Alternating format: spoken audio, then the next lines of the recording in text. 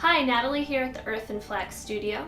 Today we're going to be working with authentic pine tar. I get a lot of requests for black pine tar, so I thought it'd be a great idea to do a demo video detailing the step-by-step application suggestions. Now these suggestions are appropriate for all the pine tar options, including the dark, the light, and the pigmented options like black and red. Pine tar is designed for exterior wood surfaces. It cannot be used on acrylic stains, paints, or other coatings. It works by soaking into the wood surface, and these incompatible coatings create a barrier that must be removed before application. Pine tar must always be applied to a bare wood surface.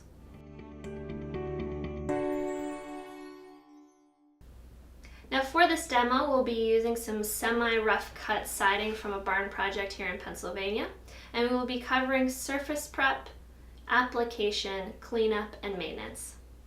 To get started, you're going to need some black pine tar, some Viking Purified Raw Linseed Oil, and a good stiff bristle brush. Today in the workshop, I'm using a relatively small brush for this demo. If you're out in the real world working on a barn project, you may want to use something like this. Depending on the condition of the wood, it may be necessary to clean both old and new wood before applying authentic pine tar. I suggest hosing down the surface, do not power wash, and use a linseed oil soap or a non-petrochemical cleaner.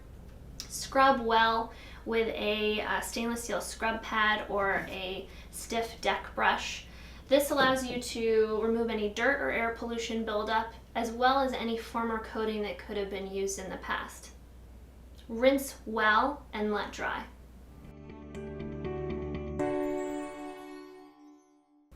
Now we have a clean, dry surface, and we are going to prime the dry wood with a purified raw linseed oil.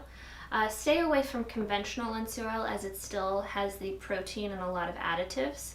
It might have drying issues or go rancid over time, so purified linseed oil is ideal for this kind of project and working with authentic pine tar. We're going to be using Viking Purified Raw Linseed Oil made here in the US. Apply purified raw linseed oil and let soak in to nourish dry wood. The key is not to overload your paintbrush, as the oil can drip everywhere. You have applied too much if it begins to pool on the surface. Wipe the excess away and apply less next time. It is also possible to add a little bit of your pine tar to this primer coat, maybe 5 or 10%.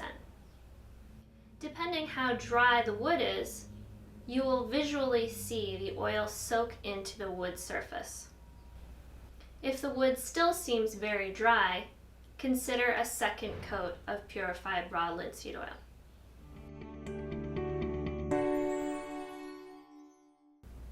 Mix your pine tar well before combining with Viking Purified Raw Linseed Oil.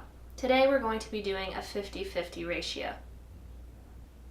Pine tar and linseed oil should be at least room temperature or warmer before application. Gum turpentine and other solvents are not needed with a purified linseed oil. The purified oil cuts the naturally viscous pine tar and allows for easy application and excellent penetration into the wood surface. Apply thin coats. 2 coats are suggested. Possible to apply the second coat at a later date or even next season. Now we started with 1 primer coat of purified raw linseed oil, and we followed it up with 2 thin coats of 50-50 purified oil to black pine tar. The surface looks great, and while it's dry to the touch, it will take 1 to 2 weeks to fully cure and achieve its final harder finish.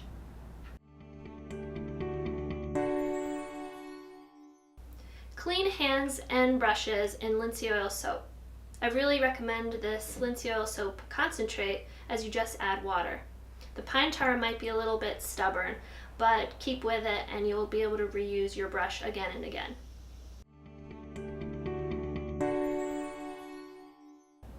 Maintenance is very easy. Gently clean the surface with a linseed oil soap or a non-petrochemical cleaner. You're working to remove any dirt or air pollution buildup on the surface. Rinse well, let dry, and apply 1 to 2 thin coats of Viking Purified Raw Linseed Oil. Let soak in, and be sure to brush out any drip marks. Now you can apply another coat of Purified Linseed Oil and pine tar, but usually you only need to if the surface has actually begun to lose pigmentation, and that could take many, many years based on regional climate and the type of wood that was used.